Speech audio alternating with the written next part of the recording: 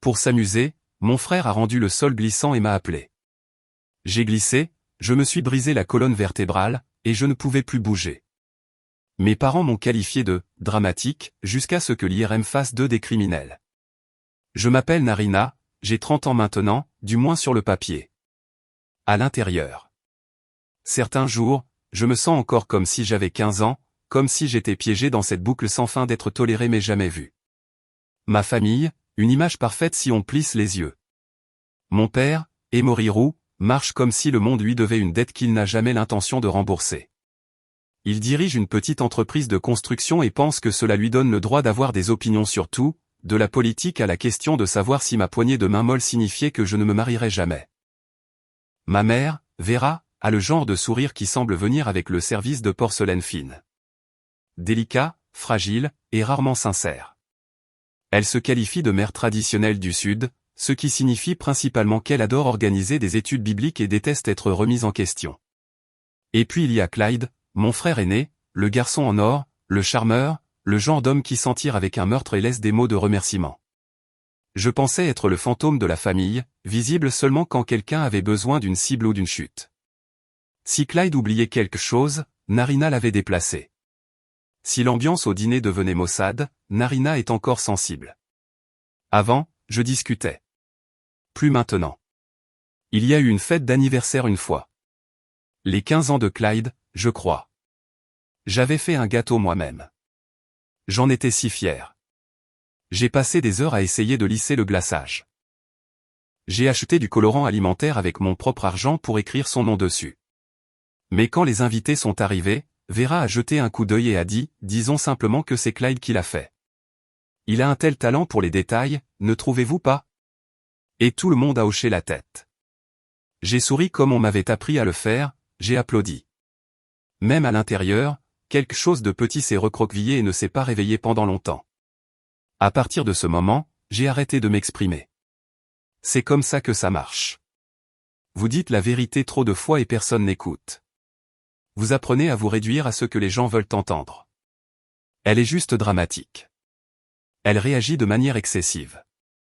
Elle veut toujours de l'attention. J'ai commencé à le croire.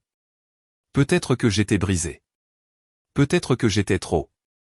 Maintenant, des années plus tard, j'étais revenu à la maison temporairement. Je m'étais dit que c'était pour économiser de l'argent pendant que je postulais pour terminer mon diplôme de physiothérapie. Le loyer en ville était exorbitant. La chambre que j'utilisais autrefois pour échapper aux devoirs et à la déception silencieuse de ma mère était redevenue mon camp de base. J'ai déballé des boîtes à côté de trophées d'enfance que je n'avais jamais gagnés. L'anniversaire de Clyde tombait un samedi humide de la mi-août. Il venait d'avoir 29 ans et était à la maison pour le week-end, arrivant dans sa nouvelle voiture brillante et annonçant son arrivée comme s'il était encore le prince des lieux. Son sourire était tendu, calculé, du genre qui ne s'élargissait que lorsqu'il avait un public. Cet après-midi-là, je portais mon uniforme de la librairie, polo bleu marine, pantalon kaki, parce que j'avais travaillé le matin et n'avais pas pris la peine de me changer. Clyde l'a remarqué. Bien sûr. Tu travailles toujours là-bas, demanda-t-il, levant un sourcil en sirotant son café froid. Oui, dis-je. À temps partiel pendant que je prépare mes dossiers pour l'école. Il a examiné ma tenue. Tu sais, cette chemise ne crie pas vraiment la femme de carrière. Vera a gloussé. Clyde, ne taquine pas ta sœur. Mais elle n'a pas manifesté son désaccord. L'installation de la fête était simple. Des chaises pliantes sur la terrasse arrière, des guirlandes lumineuses accrochées aux branches du chêne. Quelques amis de Clyde de l'université étaient venus, du genre à rire trop fort et à m'appeler « petite sœur », même si nous ne nous étions jamais parlé. Je suis resté près de la cuisine, préparant des chips et des sauces, évitant la façon dont Clyde continuait de me regarder avec ce regard, celui qui signifiait qu'il s'ennuyait et avait besoin de divertissement. Je l'avais vu tant de fois en grandissant. Puis il a crié « Hé, Narina, viens ici une seconde ». J'ai essuyé mes mains sur un torchon et je me suis approché, sans trop y penser. Le carrelage près de l'évier avait toujours été glissant quand l'humidité montait, mais je n'ai rien vu d'anormal au début. Clyde a souri plus largement. Aide-moi à déplacer cette glacière. Au moment où je me suis approché, mon pied a glissé, rapide et sec, comme si je marchais sur de la glace. Mon autre jambe a suivi. Le monde a basculé. J'ai essayé de me stabiliser, les bras s'agitant, mais la gravité a gagné. Et dans cette fraction de seconde, un battement de cœur. J'ai entendu une explosion de rire.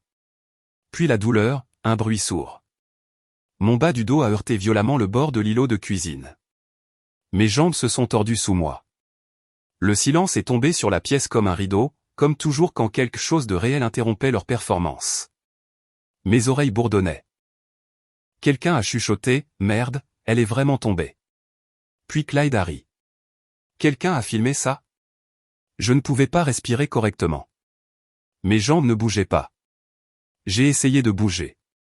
Rien. Mes doigts se sont crispés sur le bord du meuble. Ma gorge s'est nouée. Quelque chose n'allait pas. Vraiment, vraiment pas. Clyde s'est accroupi à côté de moi. La reine du drame recommence. Allez, lève-toi avant que maman ne voie et ne pète un plomb. J'ai essayé de parler. Mes lèvres bougeaient à peine.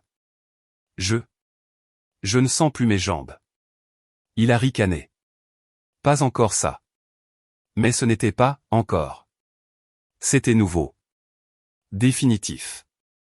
Le genre de réalisation qui n'explose pas. Elle s'installe. Lourde et froide. J'ai cligné lentement des yeux, fixant le ventilateur de plafond qui tournait au-dessus de nous. Mais c'est à ce moment-là que l'ancienne étiquette est morte, et qu'une nouvelle vie, bien plus douloureuse, a commencé. Ma bouche s'est ouverte, mais aucun son n'en est sorti. Quelque chose n'allait pas.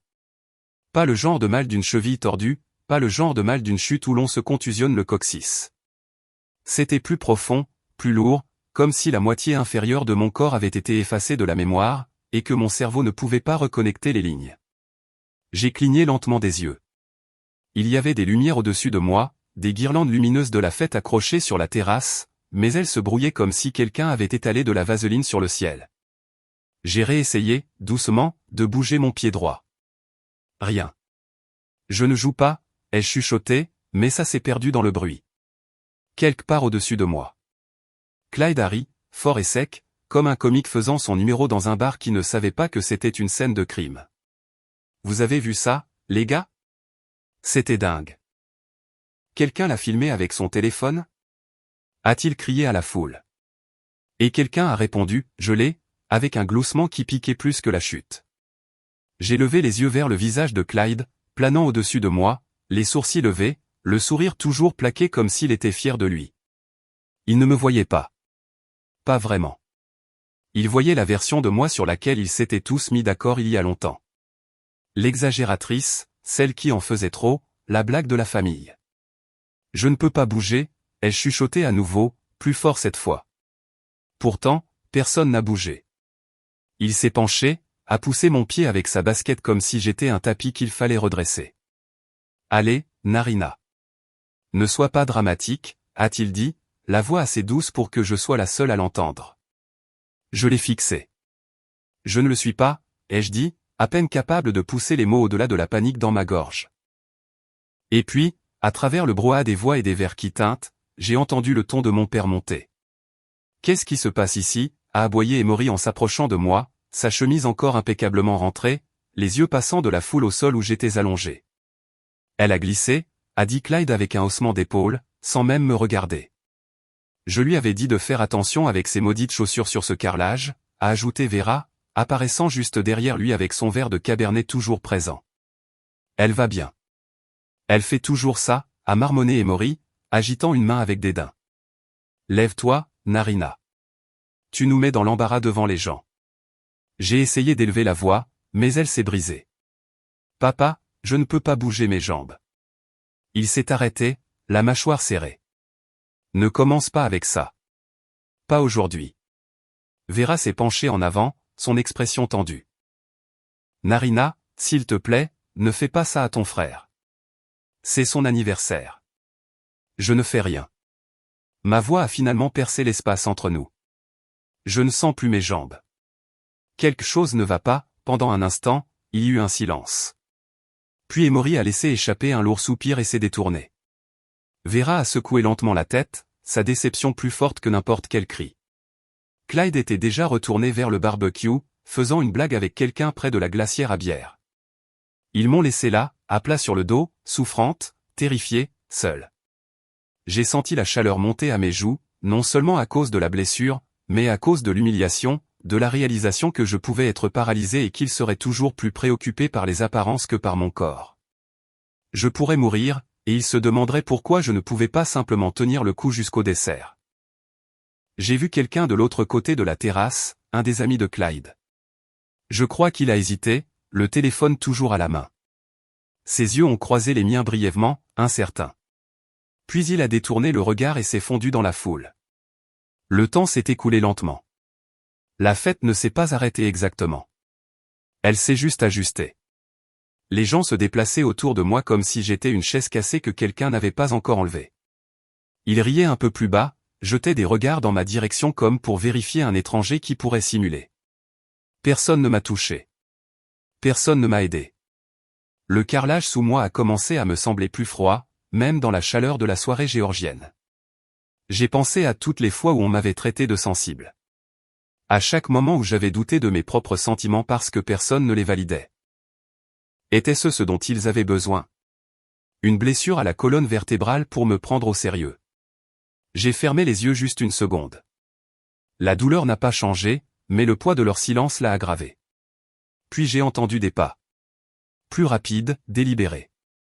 Narina. La voix était douce mais ferme. Elle n'appartenait ni à Vera, ni à Clyde, ni à aucun des invités. C'était Leonora Whitlock, notre voisine, ancienne infirmière, gentille, discrète, qui restait toujours à l'écart sauf si quelque chose comptait vraiment. Elle s'est agenouillée à côté de moi, le souffle un peu court. Je t'ai vu tomber. Ne bouge pas. D'accord. J'ai rouvert les yeux. Elle m'a regardé, le front plissé. Peux-tu sentir ça? A-t-elle demandé, en appuyant légèrement ses doigts contre mon tibia. J'ai essayé. Rien. Elle est passée à l'autre jambe. Même question. J'ai secoué la tête. Non, je ne peux pas. Leonora s'est levée rapidement et s'est tournée vers le groupe. Est-ce que quelqu'un a appelé le 911? Personne n'a répondu. J'appelle maintenant, a-t-elle dit, sortant son téléphone de son sac. Vera s'est approchée d'elle, alarmée. Leonora, ce n'est pas nécessaire. Elle est juste. Vera. Non. Leonora a claqué, plus fort que je ne l'avais jamais entendu parler. Votre fille a peut-être une blessure à la colonne vertébrale. Si nous la déplaçons, nous pourrions l'aggraver. Elle a besoin d'aide maintenant. Vera a cligné des yeux comme si elle ne savait pas quoi faire sans script. Leonora n'a pas attendu. Elle s'est écartée, a porté le téléphone à son oreille et a donné notre adresse. J'ai expiré. Pour la première fois depuis la chute, je me suis senti vu. La voix de Leonora a percé la brume comme une lampe de poche dans le brouillard. Tranchante, directe, un son qui exigeait une action. Elle était encore au téléphone quand les sirènes ont commencé à résonner dans la rue. En quelques minutes, moins de temps qu'il n'en faut pour servir une part de gâteau, 2 ambulanciers ont franchi le portail latéral, guidés par la main de Leonora qui faisait des signes. Ils se sont déplacés rapidement, s'agenouillant à côté de moi, posant des questions auxquelles je ne pouvais pas répondre assez vite. Pouvez-vous sentir ça? A demandé l'un d'eux en touchant ma cheville. J'ai secoué la tête. Non, rien. Avez-vous été poussé? A demandé l'autre, son ton neutre mais déterminé. Non, ai-je dit automatiquement, puis j'ai fait une pause. L'avais-je été? Clyde m'avait appelé. J'avais glissé. Mais le regard sur son visage juste avant que ça n'arrive, ce sourire. J'ai cligné des yeux. Je ne sais pas, le sol était mouillé. Derrière eux, la voix d'Emory s'est de nouveau élevée. C'est absurde. C'était un accident. Vous exagérez tous beaucoup trop. Personne n'accuse personne pour l'instant, monsieur, a répondu un ambulancier. Mais nous devons être prudents avec les cas de colonne vertébrale. Vera s'est avancée, son verre de vin toujours à la main. Elle a toujours été théâtrale. Elle simulait des maux de ventre pour sécher les cours de gym. Leonora s'est retournée. Elle est paralysée. Cela les a fait taire tous les deux brièvement. Alors qu'ils me fixaient sur la planche dorsale, la rigidité des sangles sur ma poitrine était étrangement réconfortante. Pour la première fois depuis ce qui semblait être des heures, quelqu'un me traitait comme si j'avais de l'importance. Je ne pouvais pas bouger, mais au moins je n'étais pas invisible. Dans l'ambulance, j'ai de nouveau fixé le plafond. La même position, un contexte différent, des lumières blanches vives, pas de guirlandes lumineuses, juste la réalité. Le secouriste à côté de moi a demandé doucement, des allergies, des médicaments, des blessures antérieures. Pas d'allergie, ai-je murmuré. J'ai déjà eu mal au dos, quelques chutes, mais personne ne les a jamais prises au sérieux. Elle a griffonné quelque chose. Vous serez à l'hôpital mémorial en moins de 10 minutes. Ils feront un scanner. Nous trouverons ce qui se passe. Trouvez ce qui se passe. Je me suis demandé combien d'années il faudrait pour tout démêler. Le hall de l'hôpital était froid. Je me souviens de l'odeur d'antiseptique, du bip des moniteurs, du bruit des semelles en caoutchouc. Ils m'ont emmené directement au triage, puis à l'imagerie. J'ai signé des papiers d'une main tremblante pendant qu'une infirmière guidait mes doigts. Clyde et mes parents ne sont pas venus avec moi. Je ne sais pas s'ils ont suivi l'ambulance ou s'ils sont simplement retournés au gâteau et à la conversation. Allongé seul dans la salle de radiologie, j'ai fixé un autre plafond. Le technicien m'a dit de rester très immobile. Je l'ai fait. Pendant que la machine cliquait et bourdonnait autour de moi, j'ai pensé au journal que je tenais au lycée. Il avait une couverture en tissu doux, de couleur lavande avec de petites fleurs pressées sur le devant. J'y écrivais tous les soirs. Chaque fois que Clyde me faisait un croche-pied ou que maman m'accusait d'inventer des choses, chaque douleur, chaque bleu, chaque fois que j'avalais ma propre voix et la remplaçais par le silence. Quand j'ai déménagé pour l'université, je l'ai mis dans une boîte. Un an plus tard, quand je suis rentré pour Thanksgiving, il avait disparu. Maman, ai-je demandé, debout dans le garage à côté des étagères où je l'avais laissé. Sais-tu où est passé mon journal lavande? Elle n'a pas levé les yeux du sac de course qu'elle déchargeait. Ce vieux truc? Je l'ai jeté. Il était plein de bêtises. Elle ne l'a pas dit cruellement. Elle l'a dit comme si c'était évident. Comme si, bien sûr, elle avait le droit d'effacer mes mots. Maintenant, des années plus tard, dans une blouse d'hôpital sous des lumières vives, j'ai réalisé que ce journal était peut-être le seul endroit où j'avais jamais dit la vérité. L'IRM s'est terminé. Ils m'ont ramené. Le temps a passé, flou et inégal. Finalement, un médecin est entré. Il s'est présenté, m'a serré la main et s'est assis à côté de moi. Narina, a-t-il dit doucement, je veux être honnête avec vous. Je me suis préparé. Vous avez une fracture par compression en L2. C'est probablement ce qui cause la paralysie. Mais il y a plus. J'ai froncé les sourcils. Plus? Il a ouvert les images du scanner sur un écran à côté du lit. Ces taches ici, T7, T11, L4, elles montrent des signes de blessures plus anciennes, pas d'aujourd'hui. Certaines semblent guérir depuis des mois, d'autres peut-être des années. J'ai fixé l'écran, les lignes blanches et grises qui contenaient apparemment toute ma vie. Je ne comprends pas, ai-je chuchoté. Vous dites que ce n'est pas la première fois. Il a hoché la tête. Il semble que vous ayez eu des traumatismes répétés de la colonne vertébrale sur une période de temps. Avez-vous déjà été évalué pour cela auparavant? J'ai secoué la tête. Personne ne m'a jamais cru. Il n'a pas répondu avec pitié. Il a simplement hoché la tête et dit, nous ferons plus de tests, mais nous devons obtenir un avis orthopédique et l'implication d'un neurologue. Alors qu'il se levait pour partir, il a fait une pause. Vous n'êtes pas seul maintenant, d'accord? Nous ferons ce que nous pourrons. Cette phrase a persisté plus longtemps que n'importe quel diagnostic. Plus tard dans la nuit, alors que j'étais allongé dans la chambre d'hôpital, les lumières tamisées, les machines cliquant à côté de moi, une infirmière nommée Elise s'est assise avec moi un moment. Elle était gentille d'une manière qui ne semblait pas forcée. « Avez-vous quelqu'un que vous voulez appeler ?» a-t-elle demandé. J'ai hésité. Ma famille ne pense pas que c'est réel. Elle a haussé les sourcils. Et qu'en pensez-vous?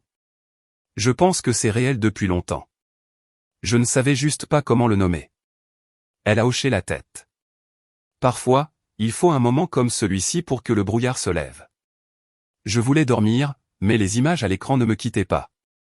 Les lignes de ma colonne vertébrale, la preuve que personne ne pouvait rejeter.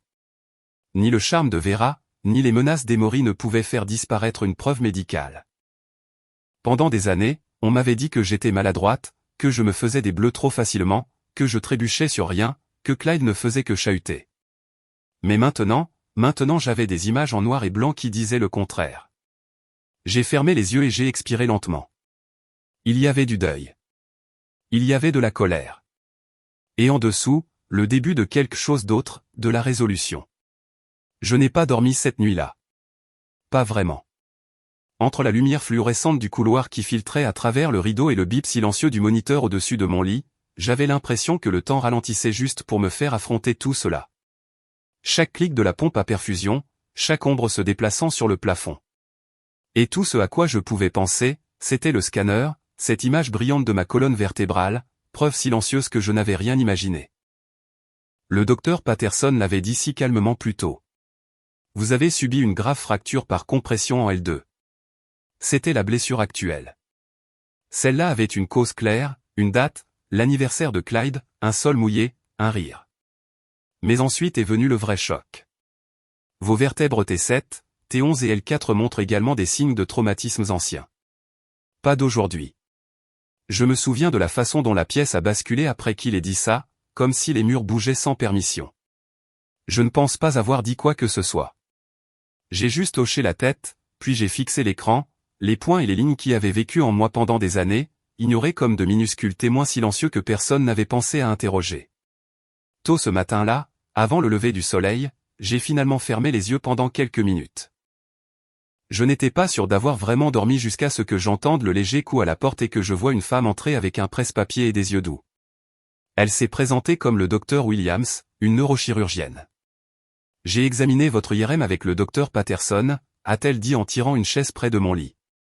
Je veux tout vous expliquer, pour que rien ne soit laissé non dit. Son ton était gentil, direct. Elle n'était pas là pour deviner ou spéculer. Elle était là pour informer. Elle a de nouveau affiché le même scanner. Je savais déjà ce qu'il y avait dessus, mais le fait de le voir 2 fois en une journée, de l'entendre de 2 experts différents, donnait l'impression que tout se mettait en place. Comme si ce n'était pas seulement médical. C'était narratif. Ces anciennes fractures par compression, a-t-elle dit en montrant l'écran, se sont probablement produites à différents moments. Nous ne pouvons pas dire exactement quand, mais d'après les schémas de guérison, elles vont de plusieurs mois à peut-être quelques années. Je me suis éclairci la gorge. Qu'est-ce qui aurait pu les causer? Elle m'a regardé attentivement. Elles peuvent être causées par un impact, des chutes, des traumatismes répétitifs. J'ai hoché lentement la tête.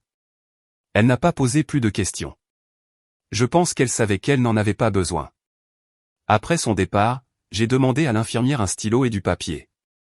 Je n'avais plus mon journal. Celui-là était parti depuis longtemps, mais j'avais besoin d'écrire quelque chose. J'avais besoin de clarifier la chronologie. L'incident du trampoline. L'été avant le lycée. Clyde m'avait plaqué en plein saut. J'ai atterri lourdement, à plat sur le dos, je ne pouvais plus marcher droit pendant une semaine. Vera avait dit que j'étais dramatique, que je cherchais de l'attention parce que Clyde avait reçu un trophée le même jour. Puis il y a eu la chute dans l'escalier. 2e année d'université, je suis rentré pour les vacances d'automne. Clyde m'a fait un croche-pied, par accident, alors que nous rentrions du dîner. J'ai heurté la rampe avec ma colonne vertébrale.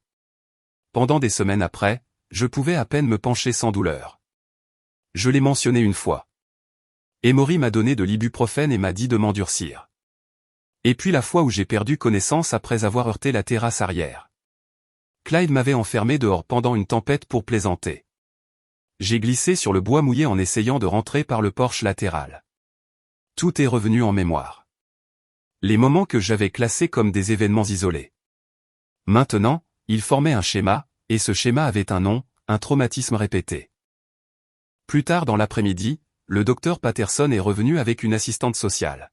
« Voici Allison », a-t-il dit. « Elle est là pour parler avec vous si vous êtes prête. » Je n'étais pas sûr de ce à quoi « prête » ressemblait, mais j'ai hoché la tête. Allison s'est assise à côté de moi et a joint ses mains sur ses genoux. « Je suis ici en tant que défenseur des patients, Narina. Ce que vous choisissez de partager ne dépend que de vous, mais je peux vous aider à naviguer les prochaines étapes, médicales, légales, émotionnelles.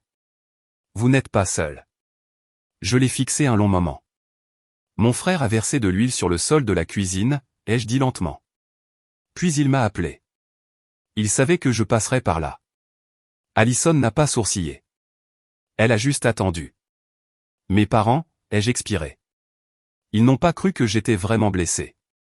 Même quand je ne pouvais pas bouger, ils ont dit que j'exagérais. J'ai senti la pression monter derrière mes yeux à nouveau. Pas de tristesse, de colère, de clarté. Ils n'ont pas seulement ignoré ma douleur. Ils ont aidé à la causer. Les mots sont sortis plus durs que je ne l'avais prévu, et une fois qu'ils ont été prononcés, je ne pouvais plus les reprendre. Non pas que je le voulais. Allison a hoché lentement la tête. C'est quelque chose sur lequel nous pouvons agir si vous le choisissez. Après son départ, j'ai fixé le papier dans ma main, ma chronologie manuscrite. Chaque incident marqué par une saison, une année scolaire, un vague souvenir de qui d'autre aurait pu être là. J'ai souligné une phrase. Personne ne m'a jamais cru la première fois. Maintenant, j'avais des preuves, pas seulement dans mon corps, mais sur papier. Des scans numériques, un diagnostic professionnel, et j'avais le Nora, la voisine qui a vu la chute et a appelé à l'aide. Elle était restée silencieuse pendant des années, comme moi, mais elle a choisi de parler quand ça comptait. Le soir, l'infirmière m'a dit que je serais transféré dans une autre chambre pour une évaluation à long terme. Il voulait surveiller le gonflement de la colonne vertébrale et les dommages nerveux potentiels. Un brancardier m'a poussé dans un couloir silencieux tandis que je tenais la chronologie sur mes genoux comme une bouée de sauvetage. En tournant le coin, j'ai vu une silhouette familière près du distributeur automatique. Clyde. Il était seul. Pas de Vera, pas d'Emory, juste lui et sa chemise de marque, fixant les options de snack comme si elle lui devait quelque chose. Il s'est retourné et m'a vu. Pendant une fraction de seconde, son expression a vacillé. Puis est venu le sourire narquois. « Tu as vraiment mis le paquet cette fois, hein ?» a-t-il dit nonchalamment. « Je veux dire, ambulance et tout. » Je n'ai pas répondu. Je l'ai juste regardé. Il s'est approché, a baissé la voix. « Tu as toujours été un peu déséquilibré. Je suppose que ça t'a finalement rattrapé. » C'est alors que j'ai réalisé quelque chose. Il n'était pas seulement cruel. Il était terrifié.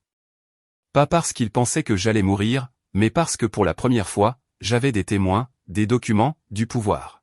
« J'ai le scanner », ai-je dit doucement. Son visage a changé. Juste un éclair, mais il était là. Il a ricané. Peu importe. Tu penses que ça va prouver quoi que ce soit? Je n'ai pas besoin de te le prouver, ai-je dit. Je dois juste le prouver une fois. Il n'a pas répondu, il est simplement parti. Je n'ai pas pleuré. Je n'ai pas tremblé. J'ai juste baissé les yeux sur le papier à nouveau. Une phrase ressortait. Tu n'es pas folle. Tu es blessé. Et enfin, je l'ai cru. Les lumières de ma chambre d'hôpital sont passées du blanc éclatant à un doré sourd au fur et à mesure que la journée avançait, filtrant à travers les stores avec le genre de lueur douce qui aurait dû tout rendre paisible. Mais la paix n'était pas ce que je ressentais. C'était plus comme une suspension, comme être prise entre la vérité que j'avais enfin le courage de nommer et les décombres que je savais qui suivraient. Une infirmière que je n'avais pas vue auparavant est entrée juste après le déjeuner avec un plateau de nourriture fade et un petit sourire. Elle a ajusté ma perfusion, a vérifié le moniteur, puis a dit « Vous avez une visite. » Elle est juste dehors. J'ai cligné des yeux. Ma mère? L'infirmière a semblé confuse une seconde. Non, je crois qu'elle a dit s'appeler Lenora. Lenora? J'ai senti ma poitrine se desserrer pour la première fois de la journée. Laissez-la entrer, ai-je dit, me redressant autant que mon corset le permettait.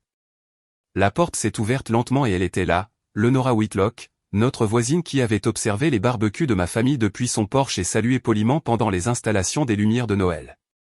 Elle avait toujours été agréable, distante, mais aujourd'hui, elle portait un thermos, un petit livre, et un regard qui était tout sauf désinvolte. « J'ai apporté du thé », dit-elle doucement, en posant le thermos sur ma table de chevet. « De la camomille, j'ai pensé que tu aurais besoin de quelque chose qui ne sente pas le désinfectant. »« Merci », ai-je dit doucement. Elle ne s'est pas assise tout de suite. Au lieu de cela, elle a fermé le rideau à mi-chemin autour du lit, plus pour une intimité psychologique que par nécessité. Puis, elle a tiré la chaise près d'elle et s'est assise, le dos droit, mais les mains tripotant la couverture du livre. « J'ai vécu à côté de votre famille pendant 10 ans, a-t-elle commencé, la voix basse comme quelqu'un qui répète des excuses. Et pendant tout ce temps, j'ai remarqué des choses. Rien que je n'aurais jamais pu prouver. Juste des schémas, des sons, toi qui cries, puis plus rien. Toi qui boites mais qui en ris. Je n'ai rien dit. Je ne pouvais pas. Pas encore. Je t'ai vu tomber, a-t-elle continué. Et j'ai su que ce n'était pas la première fois que quelque chose avait terriblement mal tourné. Elle m'a finalement regardé dans les yeux. Je suis désolé de ne pas avoir parlé plus tôt. Je ne savais pas comment. Je pensais que peut-être j'imaginais des choses ou que ce n'était pas ma place. Mais ça l'est. Ça aurait dû l'être. J'ai avalé difficilement. Tu me crois? Oui, a-t-elle dit. Et je ne resterai plus silencieuse. J'ai fermé les yeux un instant, laissant le poids de ces mots s'installer en moi comme quelque chose de solide, d'ancrant. Quand je les ai rouverts, j'ai dit, il m'enfermait dehors. Clyde, pour s'amuser, généralement quand mes parents n'étaient pas à la maison. Il riait pendant que je pleurais et que je frappais à la porte. Le visage de Lenora n'a pas changé, mais sa prise sur le livre s'est resserrée. Une fois, il m'a poussé dans le garde-manger et m'a dit de me calmer, que j'étais une reine du drame. J'avais 9 ans. Je suis resté là pendant 2 heures jusqu'à ce que papa rentre. Elle n'a pas interrompu. Elle n'a pas posé de questions. Elle a juste écouté, pleinement, attentivement. Et quand j'ai fait une pause, elle a dit doucement, tu n'as rien à justifier. Je te crois. Maintenant, rendons ça officiel. Qu'est-ce que tu veux dire? Je connais quelqu'un qui peut t'aider à déposer une plainte. Nous passerons par le personnel de soutien juridique de l'hôpital.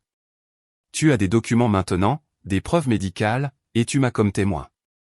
C'est plus que la plupart des survivants n'obtiennent jamais. Le mot « survivante » me semblait étrange sur la peau, comme essayer un manteau qui n'était pas encore le mien, mais qui pourrait l'être un jour. J'ai peur, ai-je admis. Si je fais ça, ils ne me pardonneront jamais. Mes parents, Clyde, ils se retourneront contre moi plus durement que jamais. Lenora s'est penchée. Chérie, ils l'ont déjà fait.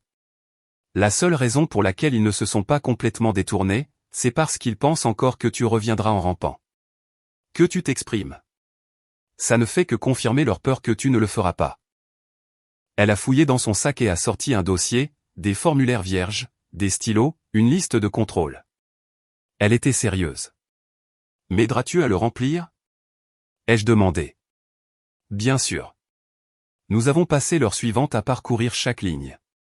Lenora a lu les petits caractères pendant que je répondais lentement à chaque section, pesant chaque mot comme s'il avait un poids, parce que c'était le cas. Quand nous sommes arrivés à la partie où il fallait détailler les incidents passés, j'ai senti mes mains trembler. Prends ton temps, a-t-elle dit. Tu n'as pas besoin de te souvenir de chaque détail maintenant. Nous pouvons ajouter des suppléments plus tard. Mais les souvenirs sont revenus plus vite que je ne pouvais les organiser. La fois où j'ai été poussé du porche parce que je n'avais pas ri à sa blague. Les disputes à table où je quittais la pièce en pleurant et personne ne me suivait. Les visites chez le médecin qui n'ont jamais eu lieu. J'étais à mi-chemin de l'écriture sur un été particulier, l'accident du trampoline, quand une infirmière a frappé et a jeté un coup d'œil. Désolé d'interrompre. Je voulais juste vous dire que vos parents ont dit qu'ils ne viendraient pas aujourd'hui. Ils ont laissé un message à la réception. Mon stylo s'est arrêté. D'accord, ai-je dit d'un ton égal. Elle a hoché la tête et est partie. Lenora m'a jeté un coup d'œil. Ça va? J'ai forcé un petit sourire. Honnêtement, c'est bien. Je ne suis plus leur fille. Nous avons terminé les formulaires. Elle m'a aidé à tout signer et dater, puis a remis le dossier au poste des infirmières pour traitement. Alors que le soir tombait et que les lumières du couloir s'atténuaient pour le changement de quart de nuit, j'ai regardé par la fenêtre et j'ai chuchoté, plus pour moi-même que pour quiconque, ils m'ont dit que je regretterais de les avoir contrariés, mais je n'avais plus rien à perdre. Les papiers étaient signés. Ma main avait à peine quitté le stylo que la réalisation m'a frappé. Il n'y avait pas de retour en arrière possible. J'avais franchi un seuil invisible. La version de moi qui attendait des excuses était partie. Ce qui restait était quelqu'un de plus clair, de plus tranchant. Et si dire la vérité signifiait brûler tous les ponts liés au non-roux, alors que les flammes commencent. Il n'a pas fallu longtemps pour que la nouvelle leur parvienne. La porte de la chambre d'hôpital s'est ouverte violemment le lendemain matin. Je n'ai pas eu besoin de lever les yeux pour reconnaître le rythme de ses chaussures, la tension dans ce souffle. Emory est entré le premier, la posture raide, les épaules contractées comme s'il se dirigeait vers un tribunal. Vera a suivi, plus silencieuse, mais non moins mortelle. Il n'a pas pris la peine de saluer.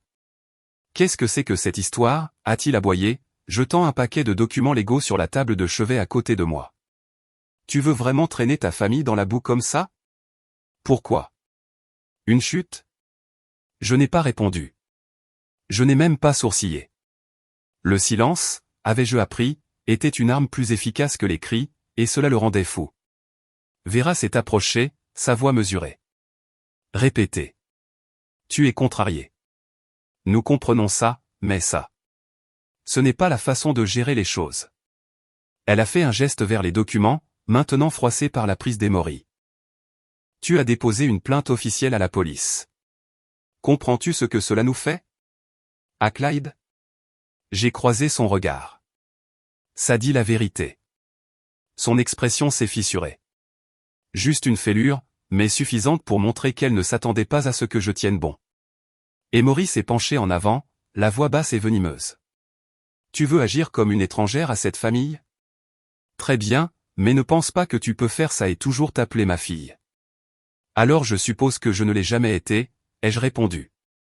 Calme, mesuré, et vrai. Les mots sont restés en suspens entre nous comme une assiette tombée que personne ne voulait nettoyer. Ils sont partis peu après. Pas de câlin, pas de larmes, juste le claquement creux de la porte. Le Nora est revenue plus tard dans l'après-midi, portant une enveloppe manie et un café. Elle n'a rien dit au début, a juste posé la tasse et ouvert le dossier sur la table de chevet. J'ai demandé à un de mes contacts de jeter un œil à quelques documents, a-t-elle dit. Principalement des documents financiers, des registres de propriété. Je me suis légèrement redressé, grimaçant alors que le corset se déplaçait contre mon dos. Cet appartement, dit-elle lentement, en sortant une copie d'un acte de propriété. Celui que tes parents ont dit avoir donné en 2e année d'université. J'ai hoché la tête. Ils m'ont dit qu'il était à mon nom, une partie de mon fonds d'études. Elle a tapoté le papier. Il ne l'est pas. Il est au nom de Clyde. La pièce est devenue silencieuse. J'ai cligné des yeux. Tu es sûr? Elle a fait glisser le papier plus près de moi. Signé par Emory, transféré directement à Clyde 2 semaines après que le soi-disant cadeau a été fait. J'ai fixé les lignes de texte, le sceau du notaire, les noms imprimés. Ils ne l'ont jamais destiné à moi, ai-je chuchoté. Le Nora n'a pas répondu. Elle n'en avait pas besoin. J'ai senti la trahison s'installer dans un endroit familier juste sous mes côtes. Plus comme une blessure, mais comme quelque chose de calcifié, une preuve que je pouvais porter. Même les endroits que je pensais être à moi, ai-je dit, ne l'étaient pas, nous sommes restés assis en silence un moment. Les infirmières sont venues et reparties. Le ciel dehors est passé du gris pâle à un bleu plus profond. Le genre de changement qui vous fait réaliser depuis combien de temps vous êtes assis immobile. Finalement, une parajuriste nommée Marissa, jeune, aux cheveux tirés en un chignon parfait, est arrivée avec plus de papier. Prête à finaliser le dépôt, a-t-elle demandé, offrant un presse-papier. J'ai hoché la tête. Oui. Il a fallu encore 30 minutes pour lire l'affidavit, les déclarations de témoins, les notes médicales. J'ai paraphé page après page, signant la vérité comme si c'était un contrat avec la vie que je n'avais pas été autorisé à vivre. Quand j'ai eu fini, je lui ai rendu le presse-papier. Merci, ai-je dit. Ma voix était stable. Elle a souri. Vous faites quelque chose de courageux. Non, ai-je répondu. Je fais quelque chose de nécessaire. Après son départ, j'ai regardé le Nora. Tu penses toujours que je suis forte? Elle a penché la tête. Je pense que tu es fatigué, et les gens fatigués font des choses remarquables quand personne d'autre n'intervient. Cette nuit-là, je suis resté éveillé en pensant au mot « plaignante ». Ce n'était pas un mot que j'avais jamais imaginé associé à moi. Ça sonnait formel, distant, mais ça convenait. Je n'étais plus seulement une fille. J'étais quelqu'un qui portait plainte contre les personnes qui m'avaient élevé. Plus tard, vers 21h, une infirmière a frappé doucement et est entrée avec un plateau de médicaments du soir. Son badge indiquait « Janice ». On dirait que vos parents ne sont plus sur la liste des visiteurs autorisés, a-t-elle dit nonchalamment en vérifiant la ligne de perfusion. C'est exact, ai-je dit. Elle a hoché la tête comme si elle comprenait plus qu'elle ne le laissait paraître. Eh bien, a-t-elle ajouté en me tendant un verre d'eau. Certaines personnes pensent que le sang fait de vous une famille. La vérité, c'est que parfois, il vous fait juste saigner plus longtemps. J'ai souri pour la première fois de la journée. Après son départ, j'ai regardé par la fenêtre. Les lumières de la ville clignotaient au loin comme de minuscules avertissements ou peut-être des promesses. Je ne suis pas ici pour la vengeance, ai-je chuchoté à personne. Je suis ici pour la vérité. Et si ça brûle tout, qu'il en soit ainsi. Le lendemain matin, je me suis réveillé au son d'une infirmière ajustant ma perfusion et au bip régulier du moniteur à côté de mon lit. La chambre sentait l'antiseptique et le café brûlé du couloir. Je n'avais pas dormi plus d'1 heure d'affilée. Mon esprit tournait en boucle autour des signatures sur l'affidavit, du regard sur le visage d'Emory quand j'ai dit « Alors je suppose que je n'ai jamais été votre fille ». Et de l'écho de mes propres mots « Si ça brûle tout, qu'il en soit ainsi ». Ça avait déjà commencé à brûler. En milieu de matinée, j'ai appris par l'agent de liaison juridique de l'hôpital que Clyde avait été formellement contacté par les enquêteurs. Ils avaient demandé un entretien en personne. Selon le dossier, il s'est présenté l'air calme, soigné, il a même souri à la réceptionniste comme s'il s'enregistrait dans un hôtel. Quand ils l'ont interrogé, il s'est penché en arrière sur sa chaise et leur a donné exactement ce à quoi on s'attendrait de quelqu'un qui pense que le charme est une monnaie d'échange. C'était une blague, leur a-t-il dit. Je ne voulais pas qu'elle tombe. On joue comme ça tout le temps. Vous pouvez demander à n'importe qui. Son ton était lisse, comme du sirop sur du verre brisé. C'était une fête. Elle a glissé. Ils l'ont interrogé sur le sol. Y avait-il de l'huile? Oui, a-t-il admis. J'en ai renversé un peu plus tôt. J'ai nettoyé. Peut-être pas tout. Mais allez, ce n'est pas un crime. Ça semblait raisonnable. Répétez. Il l'avait répété devant le miroir, peut-être même l'avait-il dit à voix haute à Vera la nuit précédente, mais tout s'est effondré en moins d'1 heure. Lenora, fidèle à sa parole, avait soumis des images de sa caméra de porte, positionnée en diagonale de l'autre côté de la cour. Elle avait une vue parfaite sur la cuisine à travers les portes-fenêtres. Les officiers ont sorti le dossier, ont avancé rapidement, ont fait une pause, ont rembobiné, et il était là, Clyde, entrant dans le champ avec une bouteille d'huile de cuisson à moitié vide à la main. Il a regardé autour de lui, a jeté un coup d'œil à la porte, puis a incliné la bouteille sur un point précis du carrelage, un petit cercle.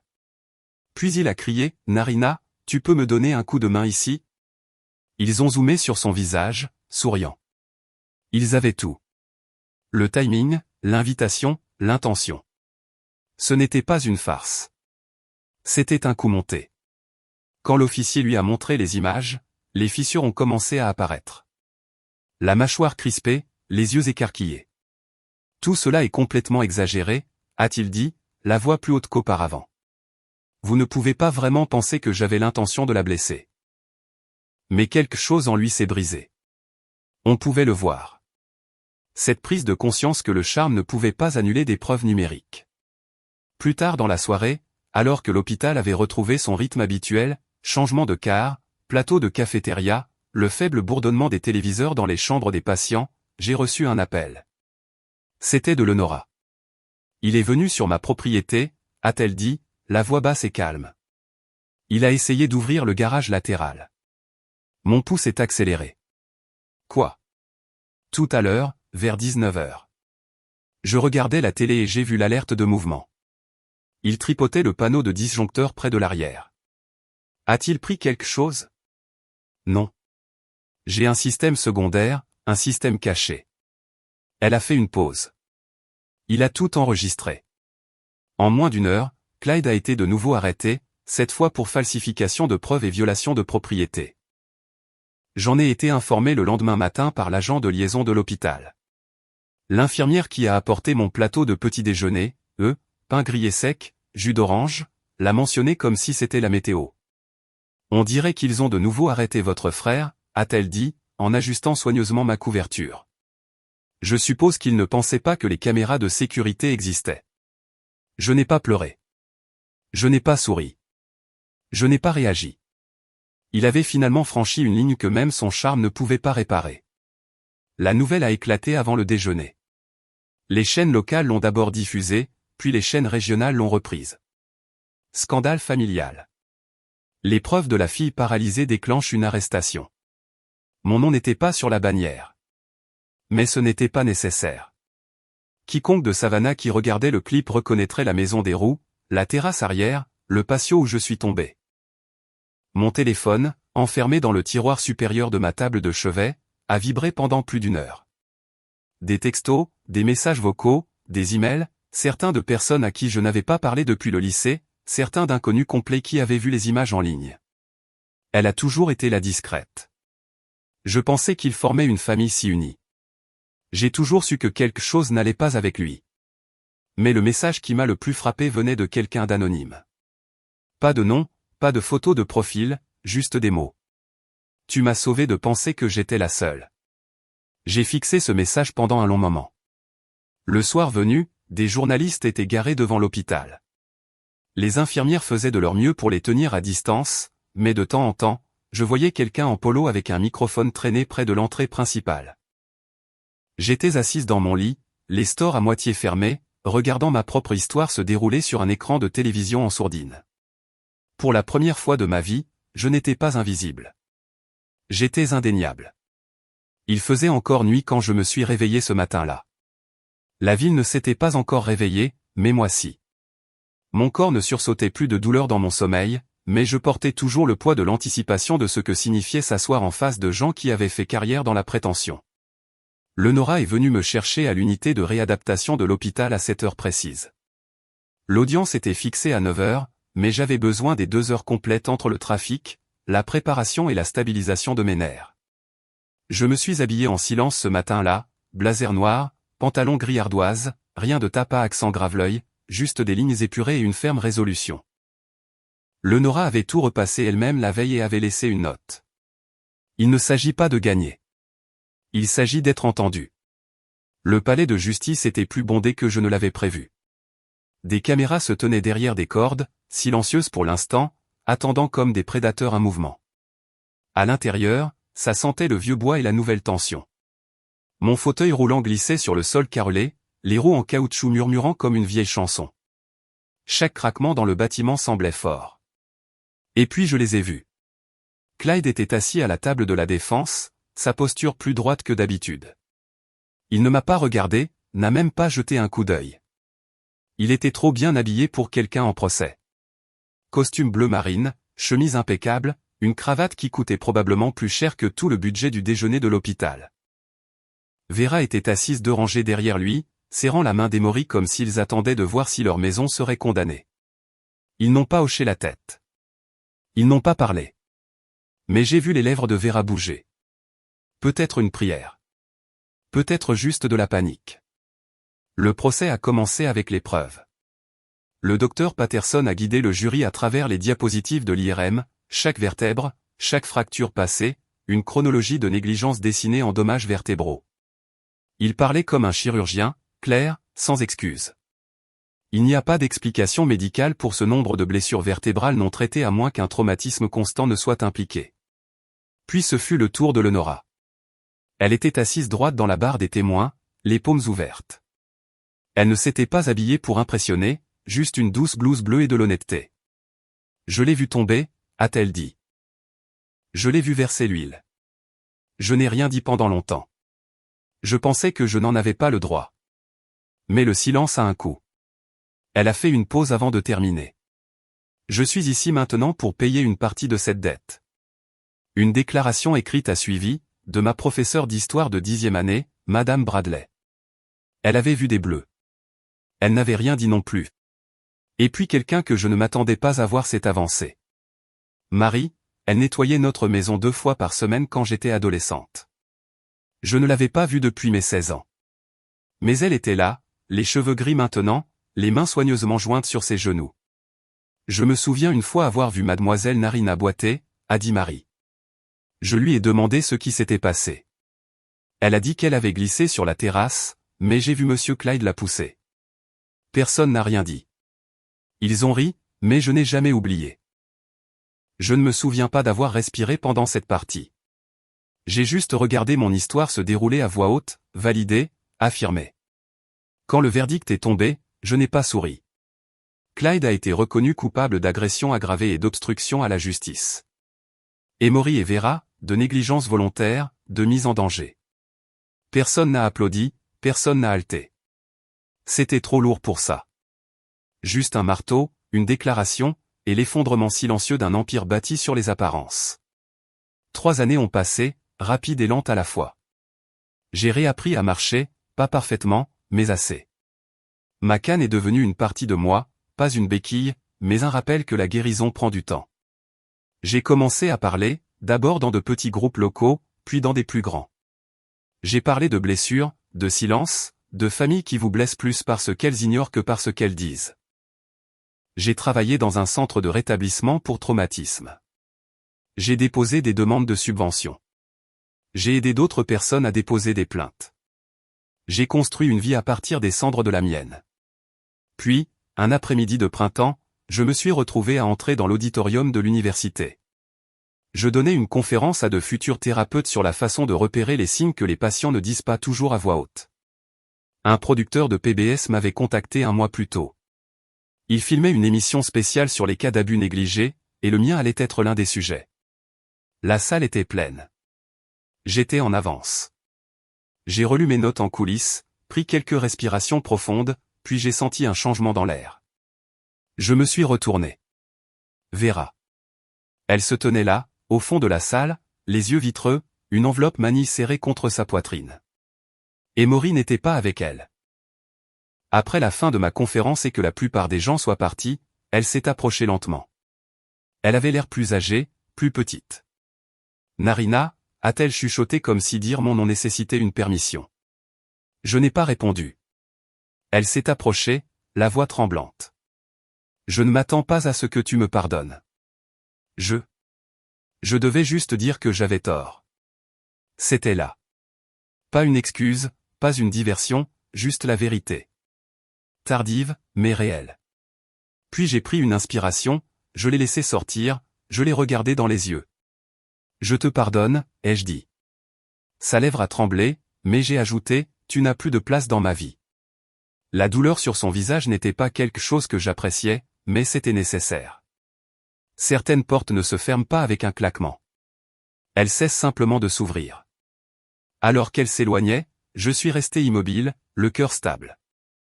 Le pardon, ce n'est pas oublier. C'est choisir qui a encore accès à votre paix. La ville était calme quand je suis rentré à la maison.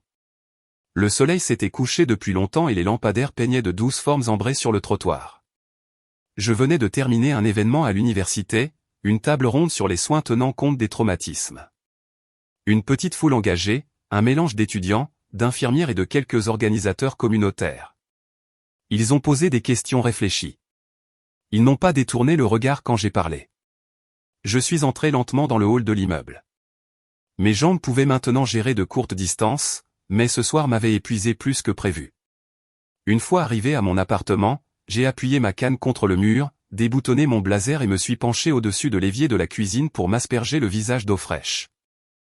Ce genre d'épuisement ne vient pas de la parole. Il vient du souvenir, encore et encore, de ce qu'il en coûte pour en arriver là.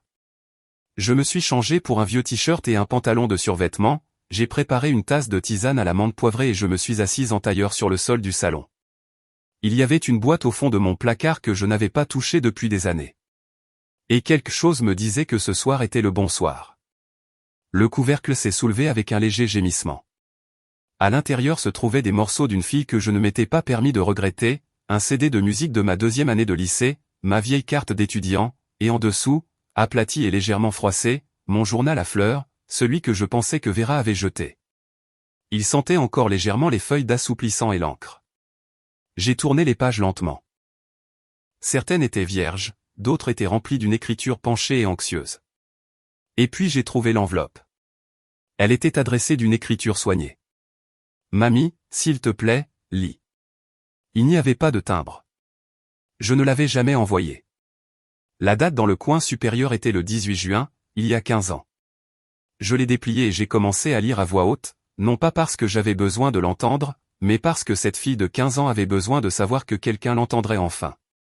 Chère mamie, parfois je pense que je suis brisé parce que personne ne m'entend. Pas vraiment, pas comme toi tu le faisais. Il pense que je suis juste encore émotive, que je trébuche exprès, que je pleure pour éviter les corvées. Mais Clyde m'a claqué le bras dans la portière de la voiture la semaine dernière et a appelé ça une blague. Et quand je l'ai dit à maman, elle a dit que je l'avais probablement surpris. Je ne pense pas qu'il me déteste. Je pense juste qu'il ne se soucie pas de me comprendre. C'est comme si je parlais une langue qu'ils ont décidé de ne pas traduire. Tu me manques, la façon dont tu me brossais les cheveux et me disais que mes sentiments n'étaient pas faux. J'aimerais que tu sois encore là. Tu m'aurais cru. Avec amour, Narina. À la fin, je pleurais. Mais ce n'était pas du deuil. Ce n'était pas de la douleur. C'était une libération.